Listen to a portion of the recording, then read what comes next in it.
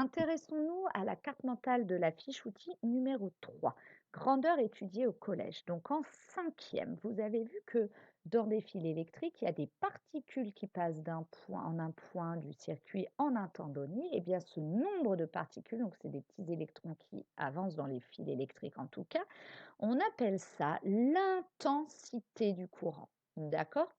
Donc comment la note-t-on? Eh bien, on la note grand I égale. L'unité, c'est aussi une voyelle A comme ampère. Et l'appareil de mesure, c'est un mesureur d'ampères, donc c'est un ampèremètre. Son symbole, c'est un rond avec un A dedans. Là où arrive le courant, c'est la borne A. Et là où sort le courant, c'est la borne COM, je vous rappelle, qui se branche en série, comme ça il se fait traverser par le courant.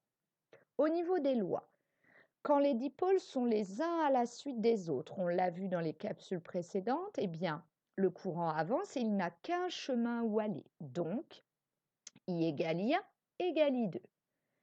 En dérivation, eh bien, le courant I arrive à un nœud et va se partager en deux, donc I égale I1 plus I2. Attention, ce n'est pas forcément deux parties égales.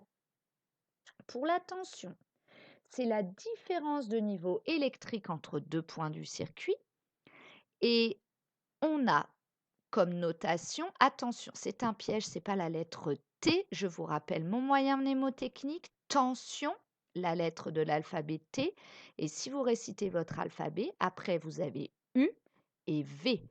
U, c'est la lettre pour la notation, et V, c'est la lettre de l'unité, volt. Voilà, l'appareil de mesure est un voltmètre, mesureur de volts, et comme il doit mesurer la tension entre deux points du circuit, on le branche en dérivation. C'est pour ça que j'ai mis, vous voyez, des fils qui s'accrochent sur le circuit. Et si ça, c'est la tension U, vous verrez en seconde qu'on la fléchera dans un certain sens. Moi, j'ai mis une double flèche pour montrer que c'est une différence de niveau électrique. Et du côté de l'arrivée du courant, même s'il n'y a pas de courant dans un voltmètre, c'est V. Et là où sort, du côté de la sortie du courant, c'est le COM. Le branchement se fait, comme je l'ai précisé, en dérivation. Les lois, je les ai expliquées tout à l'heure dans une autre capsule. En série, le générateur va donner toute sa tension au premier dipôle, mais aussi au deuxième dipôle en dérivation. Pardon, ça, c'est en dérivation, donc U égale U1 égale U2. Et quand c'est en série, le générateur va donner 6 volts, par exemple, entre ces deux bornes, mais comme il y a deux dipôles, ils vont se partager la tension, pas forcément de manière égale. On a U égale U1 plus U2.